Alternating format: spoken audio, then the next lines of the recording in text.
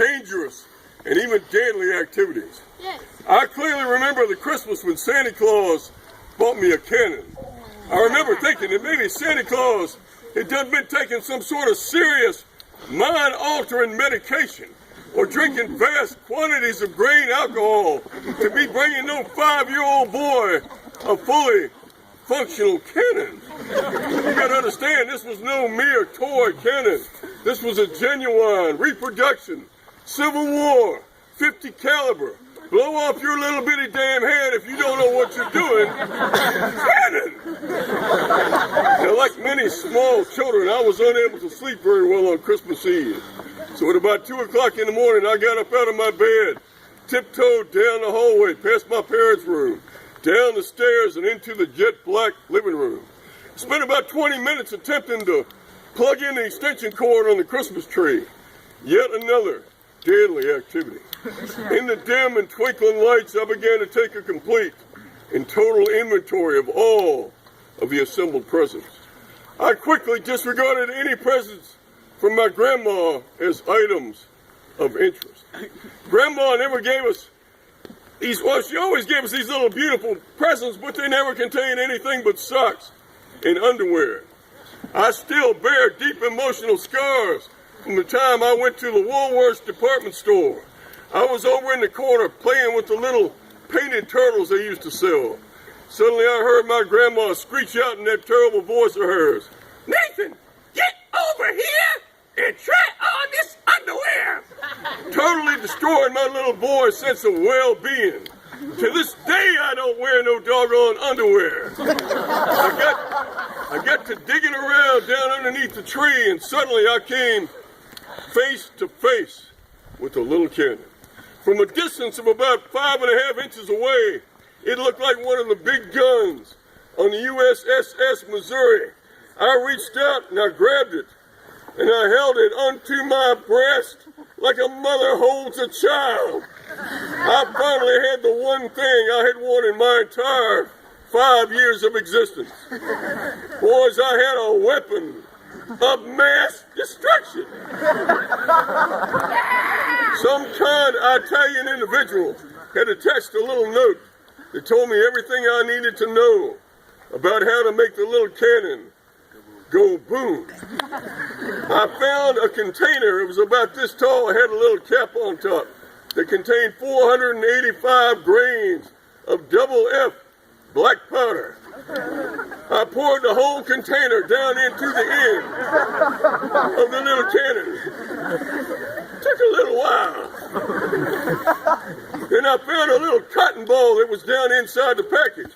I put it on top of the powder and pounded on it for 15 minutes with one of my mama's knitting needles. Then I took the little cannonball itself, 50 calibers of American-made lead ball, a thing of great beauty, and I put it down on top of the cotton ball, and I beat on it for 3.5 hours until it was fully packed and deeply deformed inside of the cannon. Then I put a number 11 percussion cap on the little nipple at the back of the cannon, pulled back the hammer. Boys, I was ready for business. It occurred to me that my little brothers, who were upstairs sleeping, were sure going to be jealous when they got a good look at my little cannon. So I decided to take it upstairs to share the first little explosion with them. That's what I did. Very quietly, I went up the stairs, down the hallway, tiptoed real quiet past my parents' room, opened the door into the room I shared with Andy and my brother Joe. Andy was laying there, sleeping the angelic sleep of a child whose life has never known major trauma. That was about to change. I got right over beside Andy's little cantaloupe-sized head. I was roughly 12.5 inches away from the side of my little brother.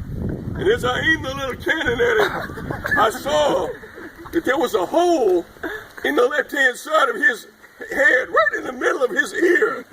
It occurred to me if I could hit that little hole, he was going to hear the little cannon go off real good. Boys, I was 5 years old. I had the brain of a road-killed chipmunk. I was sitting there and suddenly, I never fired this little cannon. I wanted to see how far the little bullet might go. So at the last second, I turned it across the room and aimed it over there at my mama's antique chest of drawers. She used to tell us it came over on the Mayflower. We found out later she bought it at Sears. Either way, it was about to die. I got all steady, and boys, I let it go. The room filled up with a cloud of the stinky, sulfurous, white smoke. Both of my brothers were standing bolt upright on their bed, buck naked and screaming for God and trying to take them home.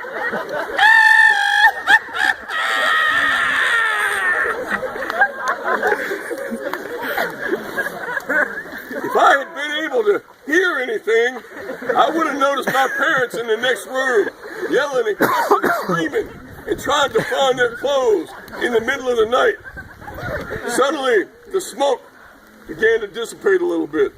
And as I looked across the room, I could see there was a pretty good sized hole in the front of the chest of drawers. There was an even bigger hole in the back of the chest of drawers, big enough to put an NBA basketball through. The entire side of the house had completely disappeared. A telephone pole and most of an oak tree in the yard were also no longer in the area. 13 miles away, there was a busload of migrant workers going to work, and the little cannonball blew the entire front of the bus completely off. I remember being somewhat relieved I had not actually discharged the little cannon into little sad Andy's head. I was shocked back into reality by the sight of my daddy charging into the room at a high rate of speed. In all the confusion, he had accidentally put on a pair of my mama's underwear. But I had the good sense not to point that out to him.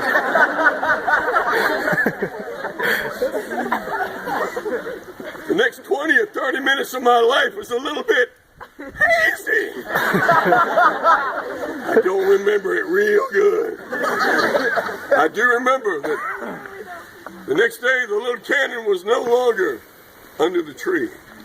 I often think about the little cannon.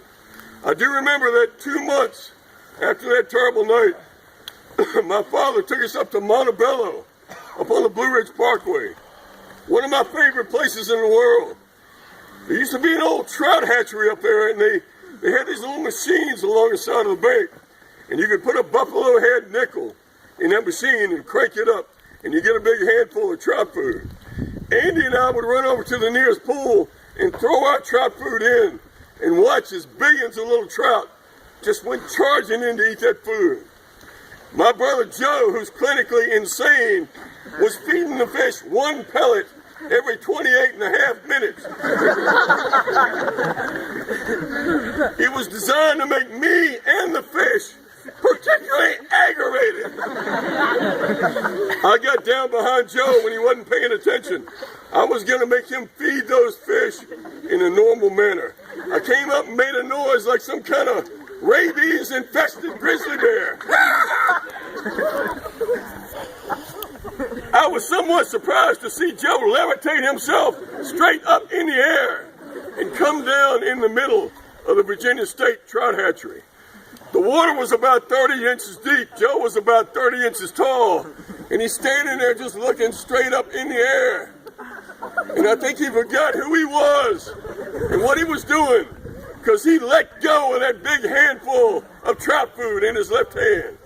The water around my baby brother began to boil. Billions of little starving to death trout hadn't been fed in 15 years were eating a little boy alive. I was watching my brother get eaten alive. And as entertaining as that was, I figured maybe I better notify one of my parental units up on the hill. I said, Mama, come on over here and look at this. You don't get to see this every day. I turned around and told my mama something about it not being my fault. And she came kind of flipping through the air like a big penguin, landed in the pool, grabbed Joe and threw him out of the water. There she was, standing in the same spot Joe had just dropped the trout food. Now the trout began to eat my mama. I sure was getting a lot of entertainment out of 5 cents worth of trout food. My father stepped out of the men's room up on the hill. He was somewhat surprised to see his young wife standing in the middle of the Virginia State trout hatchery, pulling the heads off a little rainbow trout. The next 20 or 30 minutes of my life is a little bit hazy. I don't remember it real good. I do recall that on the way down that mountain, and if you've ever been up there, it's terrible and steep down by Crabtree Falls. We were going to be good little boys. We were going to sit in the back of that Studebaker station wagon, and we decided to play Monopoly. I was 5, Andy was 4, Joe was an idiot. Nobody could read. We were just sitting there. This was back before anybody had ever heard of seatbelts. When I was a little child, there were no seatbelts. It was sad. All you could do was to hope that everybody in the front seat was massive and large, and that they'd get stuck in the windshield when there was a wreck, and you kind of slam into them. That was all you could do for safety. Luckily, everybody I knew was big and fat and large. We were in the back seat playing Monopoly, and after a while, out of boredom and complete stupidity, we started eating Monopoly money. It's colorful and it looks delicious. I calculate that by the time we got to the Pawnee River Bridge, we had each consumed somewhere in the neighborhood of $3.5 million worth of Monopoly money. Suddenly my brother Joe decided he needed to make some change.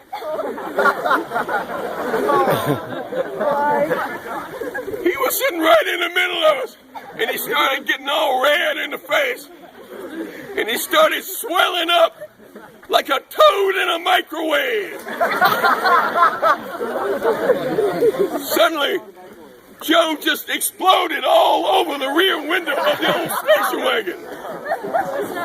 It was the most beautiful thing I've ever seen in my life.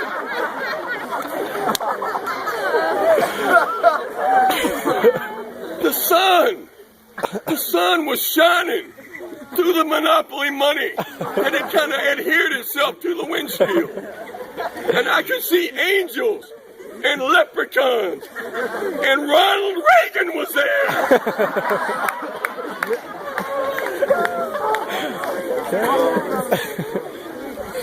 Suddenly the smell hit me real good, and I knew this was about to become a group activity.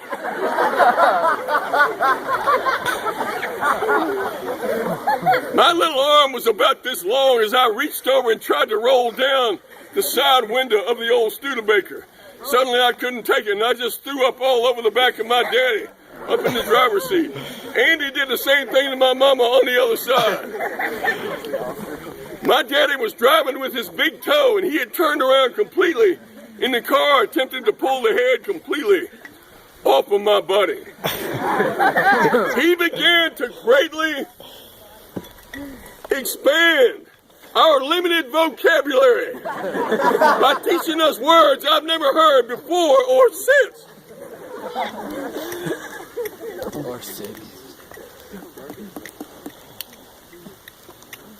Whose woods these are, I think I know. His house is in the village, though. He will not mind my stopping here to watch his woods fill up with snow. My little horse must think it queer to stop without a farmhouse near. Between the woods and frozen lake, the darkest evening of the year. He gives his harness bells a shake to ask if there is some mistake. The only other sound's the sweep of easy wind and downy flake. The woods are lovely, dark and deep, and I have promises to keep and miles to go before I sleep. And miles to go before I sleep. Thank you.